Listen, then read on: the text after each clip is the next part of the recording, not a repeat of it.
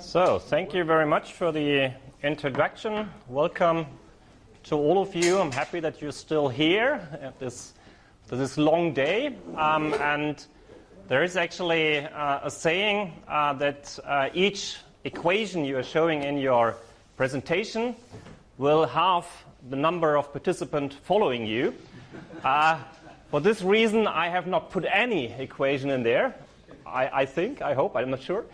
And obviously, the best basis for you to follow me the last couple of minutes of this event, of this workshop. Actually, I want to present to you one project we have made a couple of years ago. It's a so-called cell controller pilot project. My outline I will give you, because we are from industry, we need to give a short presentation of the company first, of course, some advertisement here. And then with regard to the cell controller pilot project, the project I want to describe to you, motivation, why are we doing this, why did we do that? I want to explain the concept to you, modeling and simulation, I think also a very important part in the 3D microgrid project. Then field tests, also important in the 3D microgrid project. So I hope especially these 2 points are very interesting for you. And then draw a short conclusion. So what about Energinet.dk? My colleague has done some nice animation here. We are dealing with renewable energies, distribution system, electromobility, smart grids. So more or less everything what has to do with grids on one side and renewables or distributed generation on the other side. We are a technical consulting company, and it continues. And these are some of our clients, so like from all over the world, basically. I think Chile is also. Where is a colleague from Chile? So Chile, there you are. So it's also. We are a pretty small team, like 15 engineers. Dr. Ackermann has founded the company, and I joined the board like last year, being the first employee 10 years ago. And as this continues, some services, we do grid studies, smart grid development, which is towards like microgrids, of course, grid code development, but also conference planning. And I have found like 2 projects which I want to show to you, which are maybe a bit related to. The one is so-called Snoopy, which stands for Smart Network Control with Coordinated PV in feed. And what we do there is battery systems, battery inverters, which we are controlling in order to solve voltage issues. We have heard today already the topic of on-load tap changing, like transformers which can be tapped. Here we are using the reactive power. Another project I want to just give a short overview is an island where we have looked into. It's on the Seychelles. And there are certain targets given, and it was quite interesting to see what the grid operator there thinks can be done with regard to penetration compared to what we have found. This goes a bit fast, but it's okay because we don't have so much time. Workshops, quite important. I just skipped this a bit. Does work. All over Europe, we have done a couple of workshops, and the main workshop is the so-called International Wind Integration Workshop, which was in Berlin. Here it comes. But it is together with the solar integration, the 16th time, and I think interesting for you is the one which comes here. That's the so-called hybrid workshop or symposium, hybrid power system workshop, which will be in Tenerife. So now the animations are gone, so from now on I have the control. I will talk about the cell controller pilot project, starting with the motivation. What you can see here is Europe. We are currently somewhere here down in Spain. This is the interconnected zone. It is now called something like Central European Zone, formerly USCTE. And the project we are looking into is in Denmark. Denmark is quite interesting because Denmark is split in various zones. So, for example, this part is connected to Germany. It is synchronized with Germany. Yeah. Then the part where Copenhagen is actually an island, and therefore it is connected to the nodal, so to the northern parts of Sweden, synchronized. Yeah, so there's in between there's a border with regard to synchronous zones, but whole of Denmark is actually participating in the northern market. Yeah? So we have a couple of borders here. This is like the political border. There's the synchronous border, and there's the market border. Quite interesting, I think, to know.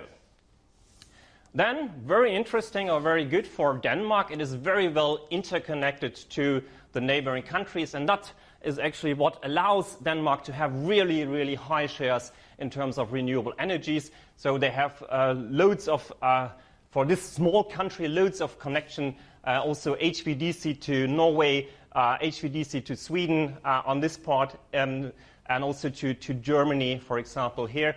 So it is very, very well interconnected, and this goes on with the interconnection, allowing for a high share of renewable energies, wind particularly.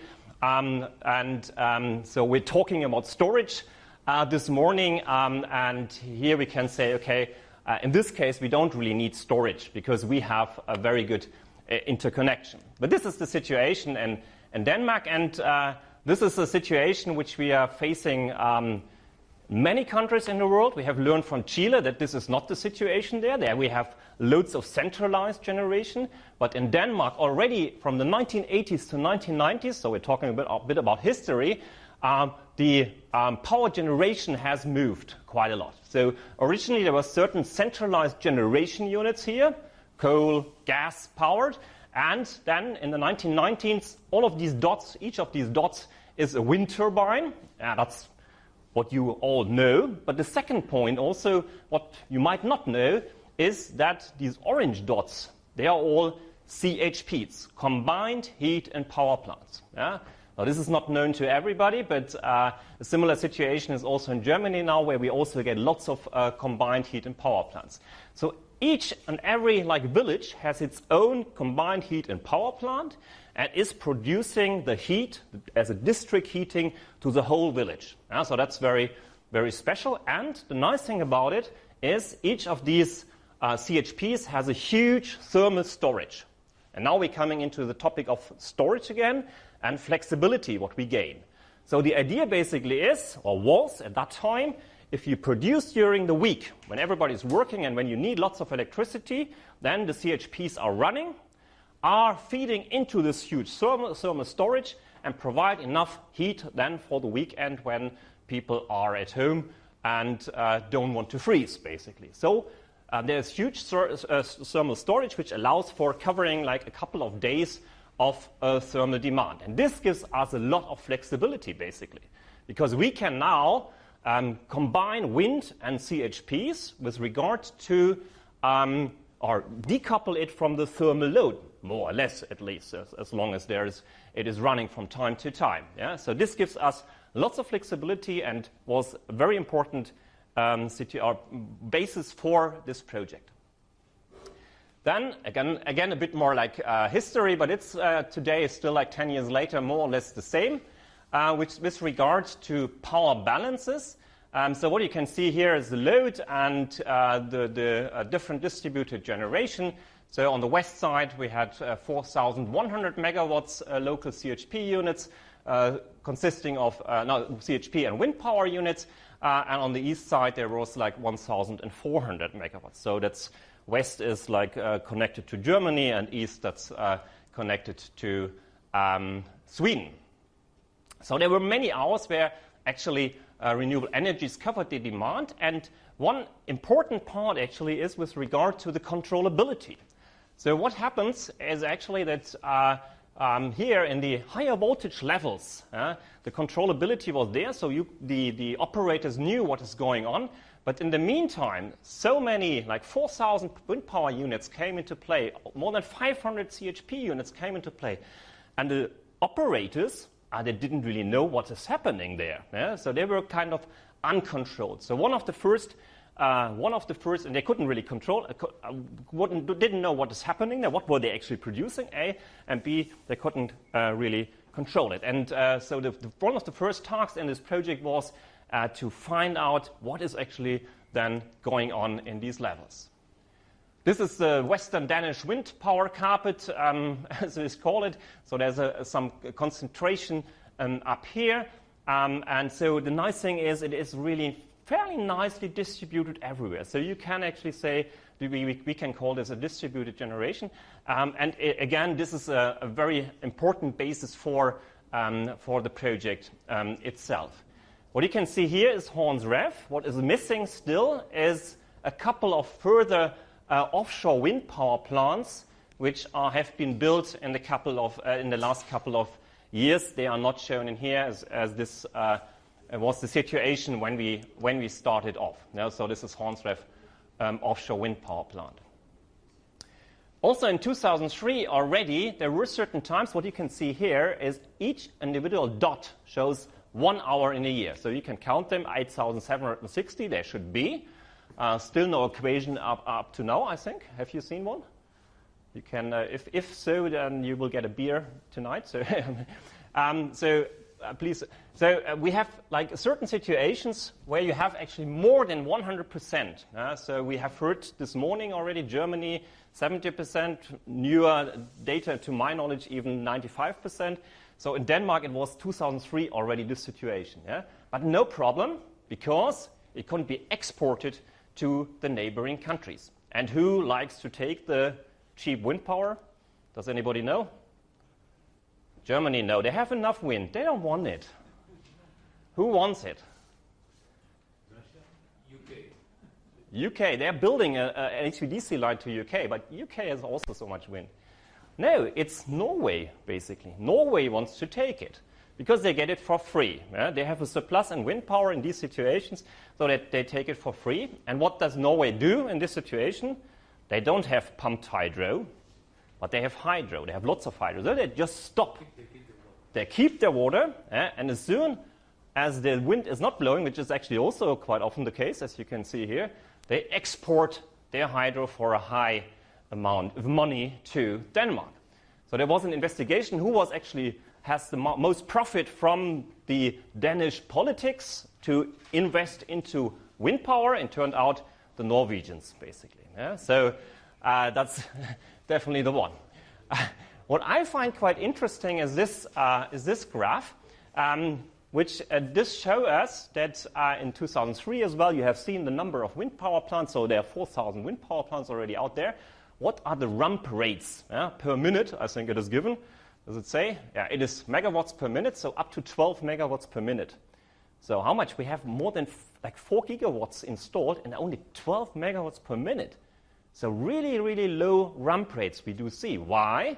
Because we have this distributed generation. So if there's a storm coming along, then they will suddenly just start to generate, or one by one switch off, and then you get kind of these rump rates. So this is definitely something to consider when if you run a power system, rump rates. This is not true anymore today. Why is this the case? Because we have all these offshore wind power plants, 150 megawatts or more, and they are very much concentrated, and therefore this figure is, of course, higher today, but still not a big deal. So you can see here, this is the wind speed shown here. This is the production of the total installed capacity, and the problem basically is if you go into this area and you forecasting, if you have not the right value correct, even plus minus 1 megawatt per second, this already give you plus minus 320 megawatt. So that's one of the reasons why you need very good forecasting as well. Okay. So this is the basis Denmark was the situation Denmark was in, and now the Danish grid operator. It is today Energinet.dk, so that's how they call it. I think they cancelled out the .dk. I think they're not only called Energinet, and at that time it was Ultra. So, but they have identified certain issues. They are. Which are there due to the situation of distributed generation, high penetration situation. And one of them is the question of N-1 security. Actually, that was one of the reasons why the Australians had the problem. I must mention at this point that the grid was not designed, or the operation was not N-1 safe at that point when the Australian outage was, the blackout was, and the wind turbines itself were actually operating correctly because they were told after the fourth dip, please shut off. So that's what they were doing. They could continue forever, kind of. But I mean, this is under discussion what to put in the grid code. They were operating like the grid code, basically. So if there would have been a synchronous, like a conventional generation, you would have the same problem. So not really to blame wind power, at least in this situation. But wind power was involved, for sure. Then the question of security analysis. So it will be less accurate, especially the question of local generation. Do we know what is going on? Protection relays, one problem. So typically load shedding. So if the frequency is going down, for example, you would shed load.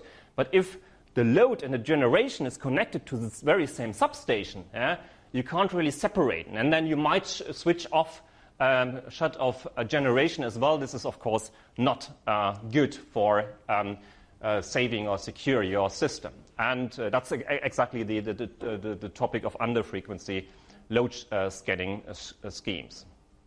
And then the question, restoration after fault, has become more complicated. How to black start a system, how to restore a power system has become one of the main issues where they have said, okay, that will be a problem. So the concept, or going one step back, what happened in reality besides these, of course, identified problems? What happened? There was a blackout. There was a blackout in Denmark, or Northern Europe, actually. It was, I think, around 2004, so it's not the German one where there was this ship. You might know about that, 2006, but it was before. It was a fault in a transformer of a nuclear power station. Blackout, and it took really a long time, a couple of days, well, at least hours and days, until the last person got its power back. And people were saying, look at that, you have seen it. In every village there is a CHP, there is a generation unit. In every village we have all the wind turbines. Why don't we have any power? What's the problem? So this was kind of the problem they were facing, and then they said, okay, why not? Why not finding a concept which can allow for us? And there we are now in smart grid, microgrid, island operation concept. So let's have a look at the concept itself. The cell controller for decentralized grid management has been born. The idea, it was a project of Energinet. Then of us, we have taken the task of doing the modeling and simulation. And Spire, that's an American company who then did develop the controller itself. So that's the schedule. We can skip that. As I said, it's a couple of years ago. The targets, we want to have an increased security of supply. So if there's again a blackout, and everybody was expecting that these blackouts will happen much more often if we have more and more renewables, I would say luckily it did not happen. So we are pretty safe in Europe with regard to that. On the other hand, maybe unluckily, because our concept did not fly further, like into other countries besides Denmark. So from a renewables perspective, I'm pretty happy that it did not happen. And we can operate the system as it is, basically. We want to have an efficient system control. We want to use the passive generators. It should have black start capability.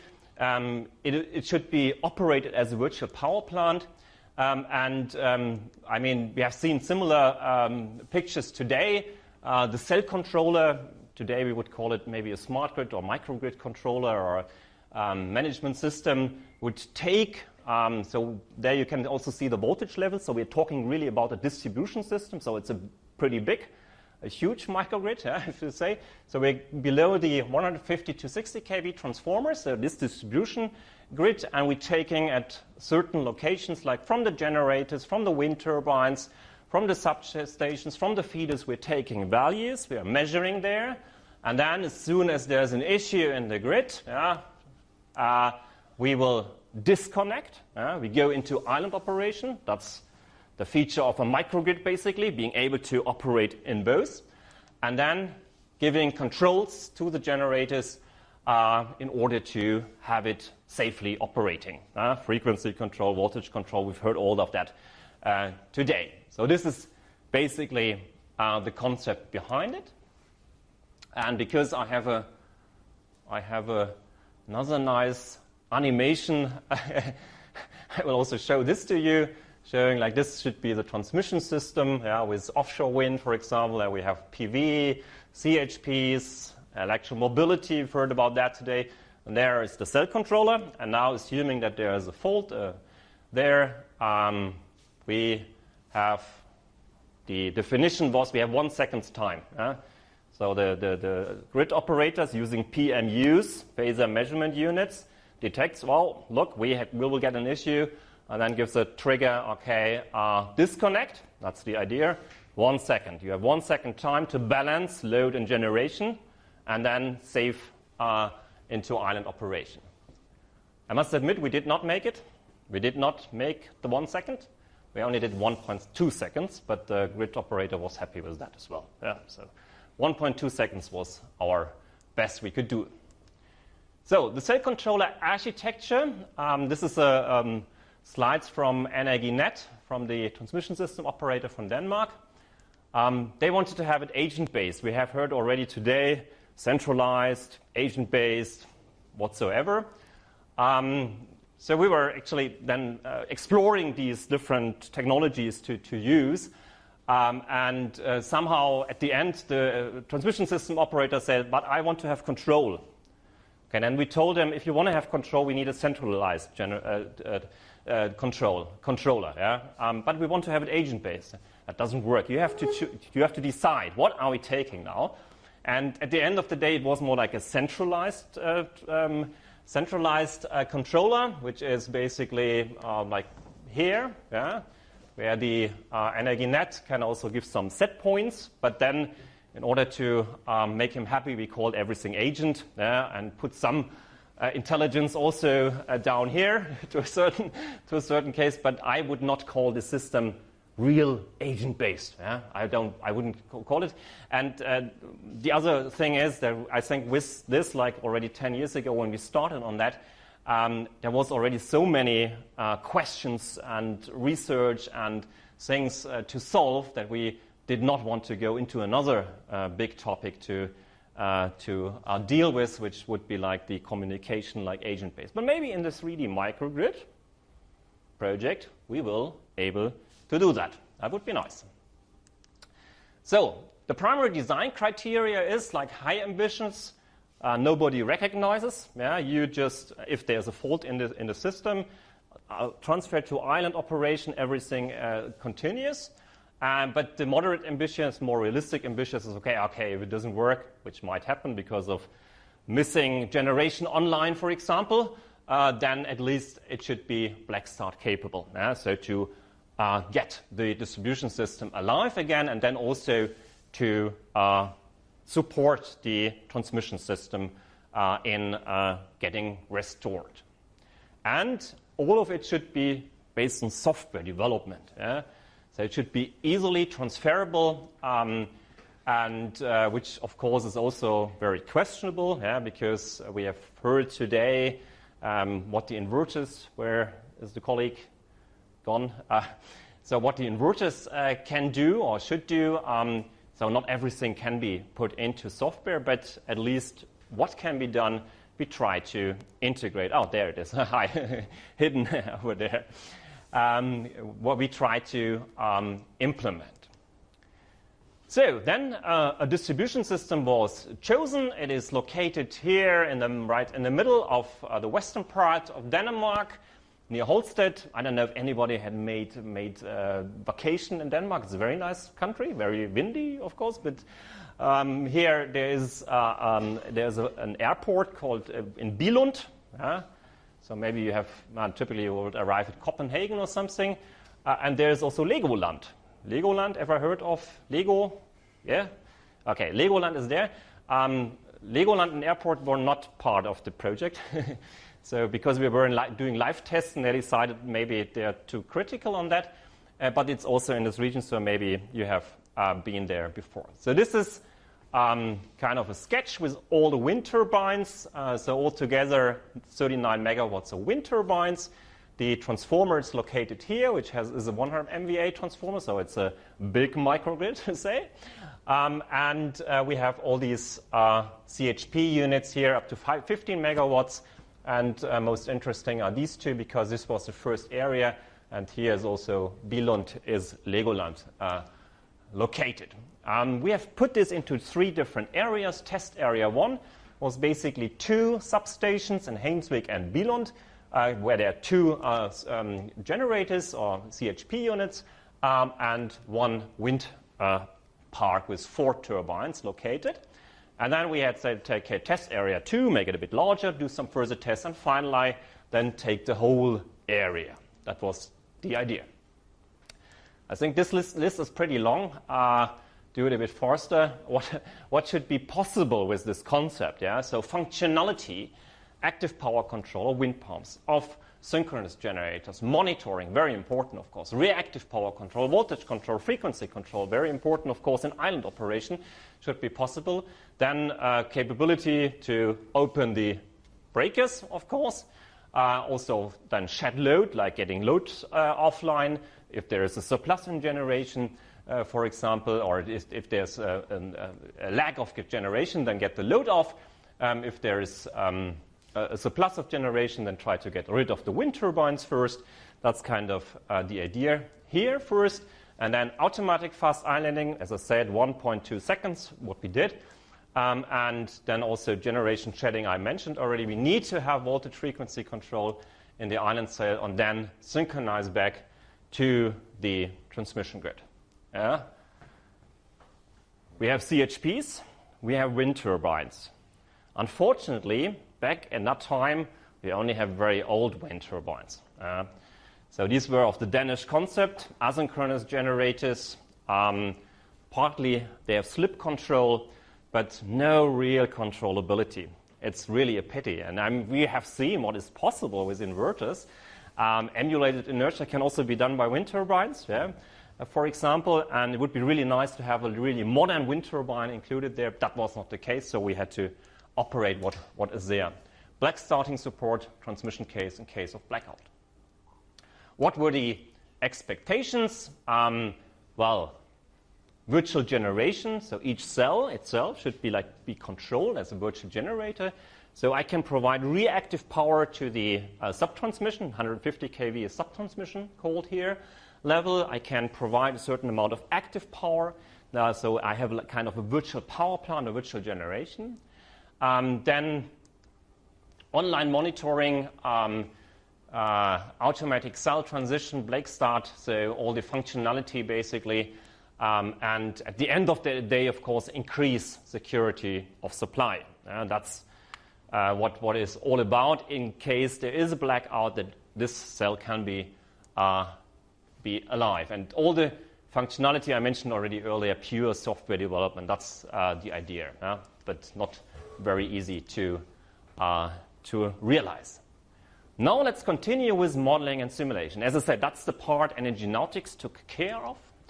And what we did is some kind of, I sometimes call it hardware in the loop. That might not be the right expression for that. But what we did is we modeled the grid itself using big silent power factory. Might be to one or the other known. It's a German product, worldwide used commercial product for grid simulations. And we had the cell controller itself, substation controllers. That was kind of the agent-based substation controllers, and the cell controller on top. Yeah? And then we had an OPC server in between. Yeah? So this is the real controller itself. The real controller was controlling via the OPC server a power factory model. Yeah? That's what we have developed here. The asset controller, again, agent, they were actually implemented also in the model environment. So that's the model in Power Factory. And what we basically did, we tried the cell controller itself. We tested in the model environment. And later on, of course, this part was replaced by reality. Yeah? So this controller, via an OPC server, had been put in reality. So some simulation model, as I mentioned, Area 1, where we had Heinsvik and Billund. We had here a couple of CHPs here. That's CHPs here, 3 CHPs at Billund, 2 CHPs at Heinsvik. And these are the wind turbines here. It's a bit far away, I guess. Sorry for that. We had measurement data available, so which we measured for a long time, and then fed this into the simulation environment. So hourly, daily, seasonal load variation, quite interesting, was suddenly something happening very peculiar in the measurements. And then we asked, what is happening in springtime here? And it turned out it was aggregation turned on, and suddenly the consumption in Denmark was, or in this region, was actually increasing a lot. This was going on for a couple of weeks and then off again. Yeah? So very, very interesting. And then for short-term dynamic simulation, constant impedance characteristics. The wind turbines, I mentioned earlier already, Danish concept. We used the two-mast drivetrain model. That's quite important for dynamic simulations because it was shown that this has certain impacts on the behavior. And then we had, actually, I have to mention, everything is software-based. That's not true. For this first test, we added 2 more assets.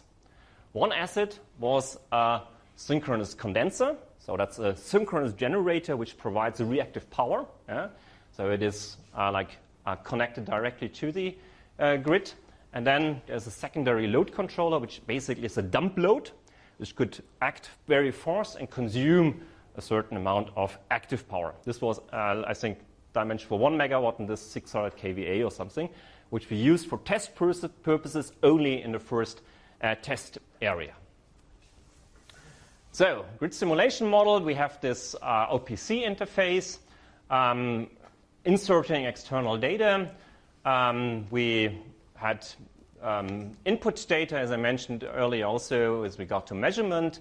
What's also quite important, or what was some kind of lessons learned, I think that was also in the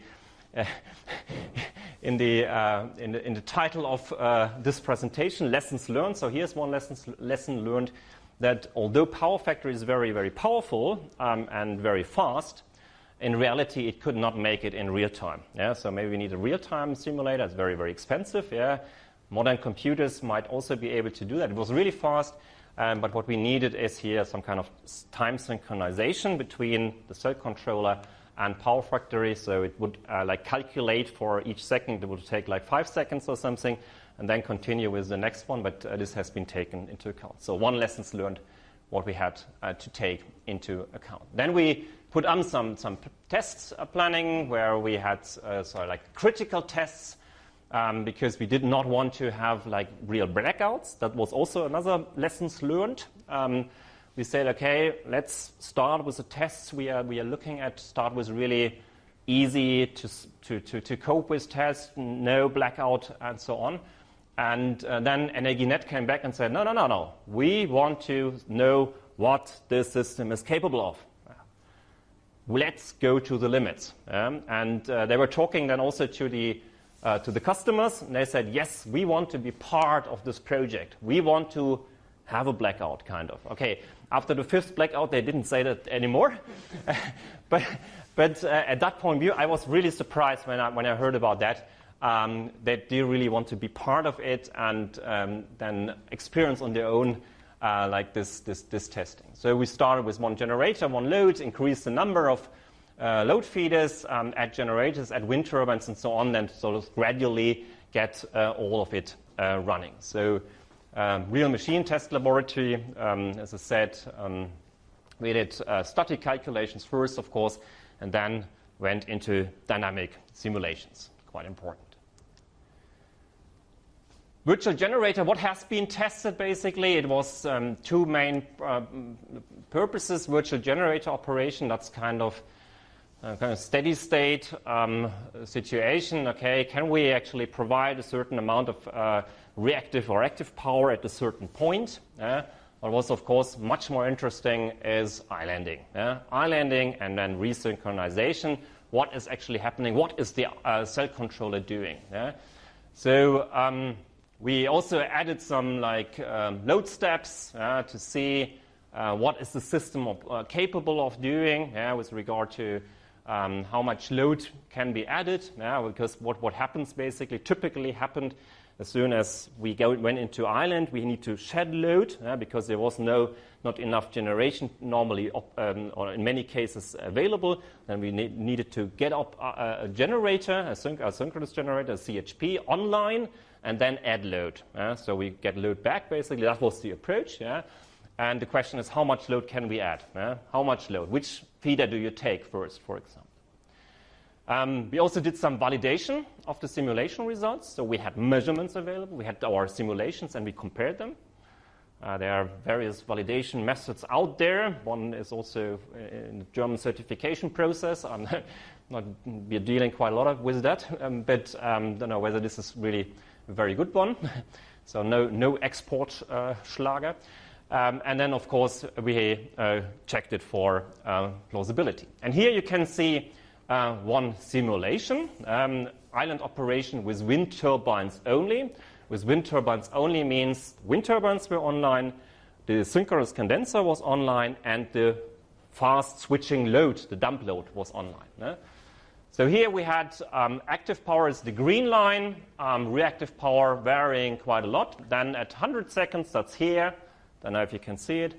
Then we had the island operation. This is then showing the export to the grid. Okay, 0, it's open, fine. And then resynchronization here. Okay, during grid connected, frequency is kind of flat. At least in the simulation, it was taken a pretty strong grid. So no impact on that. And then you can see the frequency excursions during island operation, where it was controlled, going up to 1% down. And there's one dip happening, and the question was, okay, what is happening there? It works quite nice. Maybe one more to mention at that point with regard to lessons learned. We have normal. It's with regard to protection. Protection. There are certain levels, frequency, voltage, especially where you have to switch off your system, or where your protection cuts in. Especially with regard to frequency, we thought, okay, can we, during island operation, not widen the frequency band compared to normal operation with grid connected?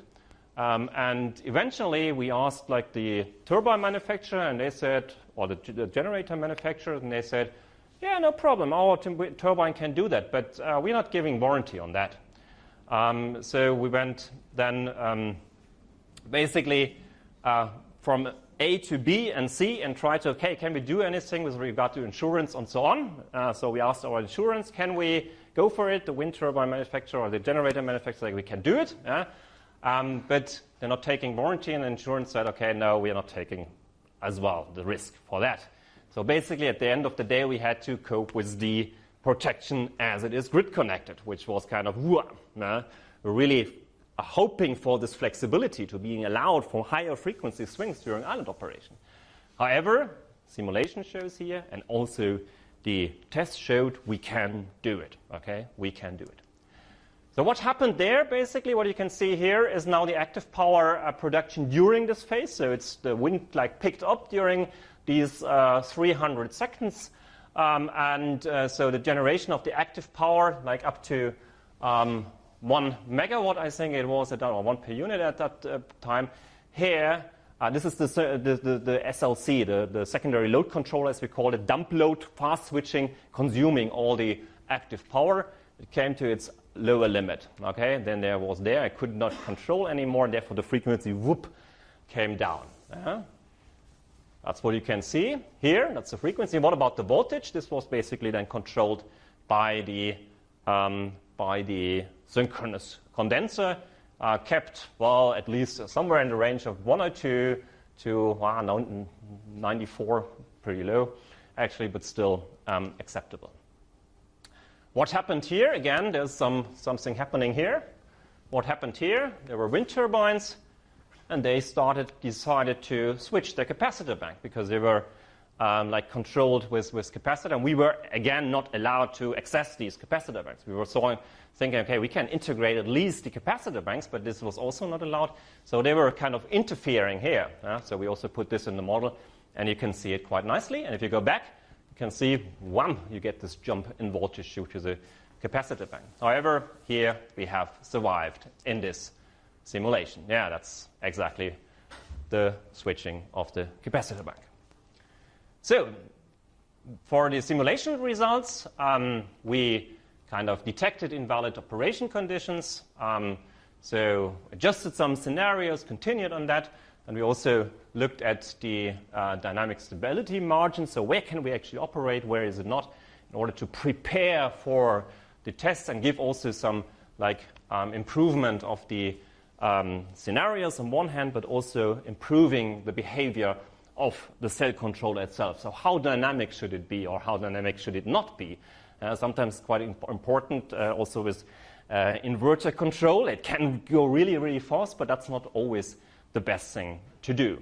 And we identified while doing this tuning, that's what I mentioned, and then also identified high-risk scenarios. Now let's continue. Let me have a look on the time. Okay. Field test. I think we're pretty good in time, eh? Yeah, good. So here you can see now the pictures of these combined heat and power plants. Yeah? So that's how they look like, and this is the one I was referring to. Yeah? So you see a car next to it. That's a pretty big solar thermal storage, yeah? Covering like for 1, 2, 3 days, at least for the week, and the thermal demand of this village. Yeah? So these are the guys from Energinet, our colleagues. Interesting, they have all swapped to Vestas now. I don't know why. Okay, that's the wind turbines, old wind turbines from NEC Micon. They were taken over by Vestas in between, and this was also lessons learned. Very difficult to get any information about the wind turbines. So because like certain manufacturers have then disappeared, and here is the monitoring concept and also like the control concepts which has been used. And these are the two additional assets we have implemented in area 1. That's the dump load, which is inside. So this is a resistor which can be switched very fast. And this is the synchronous generator, actually, or synchronous condenser, 800 kVA it is. Actually, there's a inertia added to this. Yeah, we have been talking emulated inertia as real inertia. Of course, it also should help a bit in terms of frequency distribution. Let's have a look at the measurement results. You have seen this picture before. Now it's a bit bigger, so hopefully you can see it better now. So here we have the two synchronous generators at Hainswick. There's another one. There's the synchronous condenser. There's the dump load for wind turbines here. And there is the other synchronous generators there. And this is the so-called mini island we have implemented, where we had one wind turbine and we had the two additional assets. So very similar to what I have shown before with regard to the simulation, and now in measurements. What can we see here? This is the frequency. So here pretty stiff, and then a bit lower, a bit more varying, but not too much. So this is 50, this is 49, this is 50 hertz. So somewhere in the range of 100 millihertz. Well, that's pretty good, and no protection issues. I mentioned that earlier. The frequency is a bit lower compared to 50 hertz. Any ideas why this has been chosen?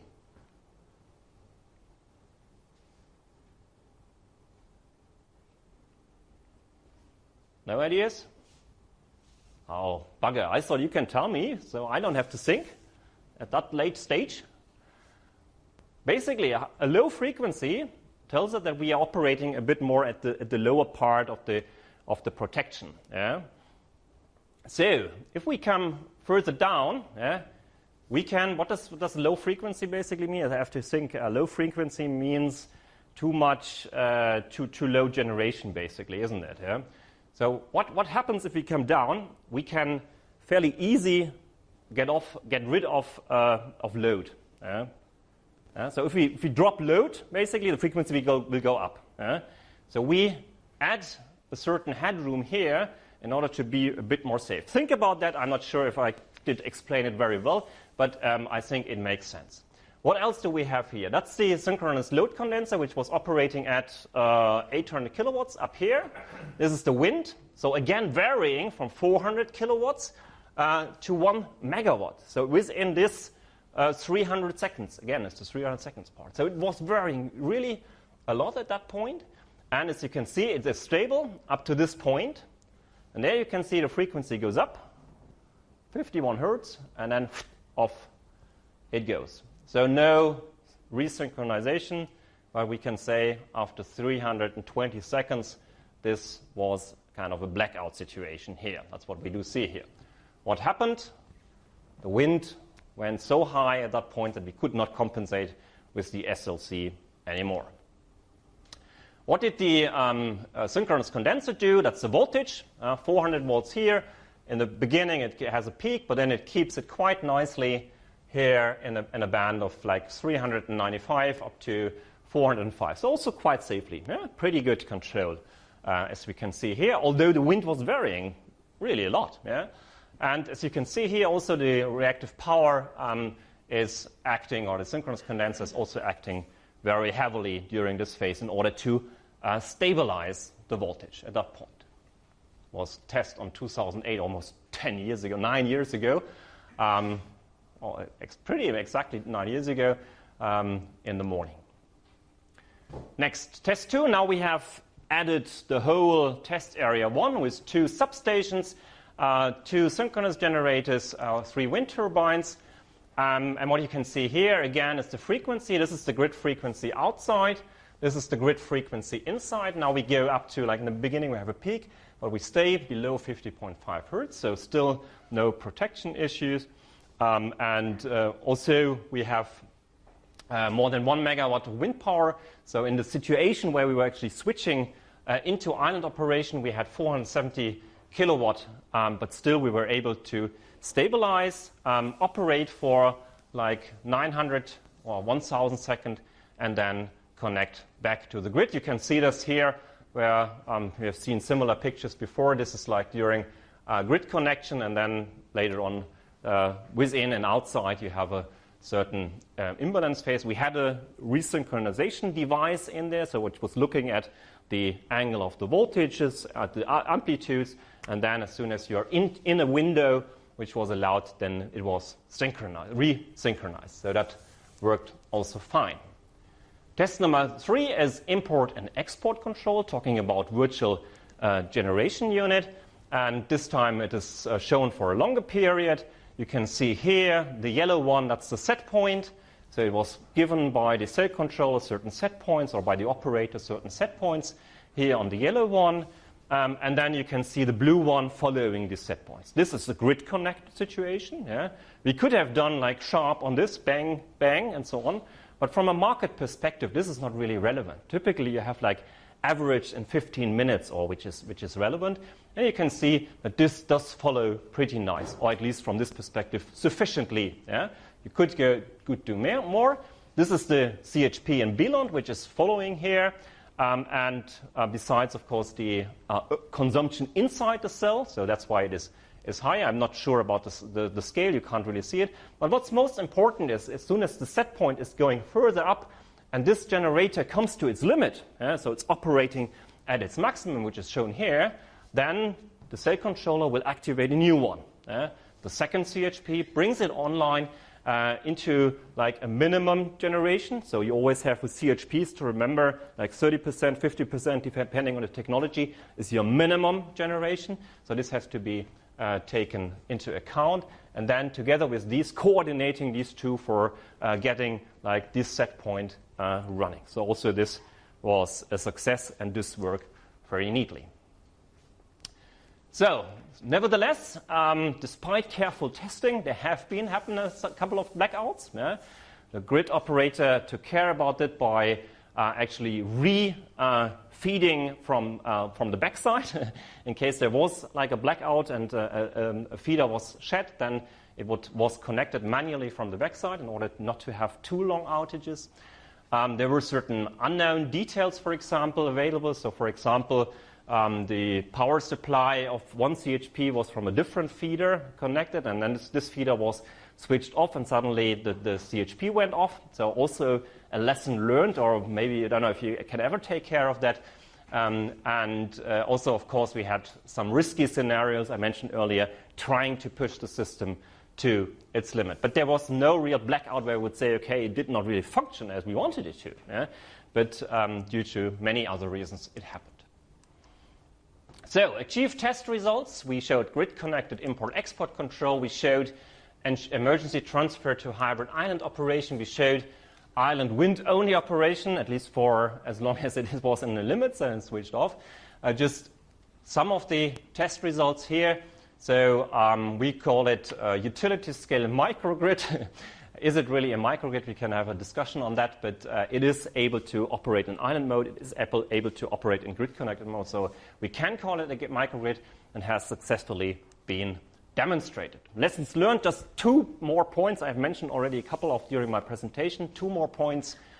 ICT, information and communication technology, is a nice thing. Yeah? But it is the idea, of course, to increase the security of supply, but we also found is it is also a source for failures. Yeah? So if we rely too much on it, then we might not really overall improve the system. We have to keep this in mind. Yeah? There are solutions available. And then, of course, we have seen modeling and simulation, and that's what we are going to do in a 3D microgrid as well, is necessary, is a good tool in order to really test these systems in advance. And you should do it, if you have island operation, you have to do it basically in dynamic simulations. There is a report available on our webpage. I think we will send around the slides later on. There's also been a couple of publications out there. So, as I said, we'll send it around so you can have a look in these. But most of it should be also be in the report itself. Yeah, thank you very much. That's it.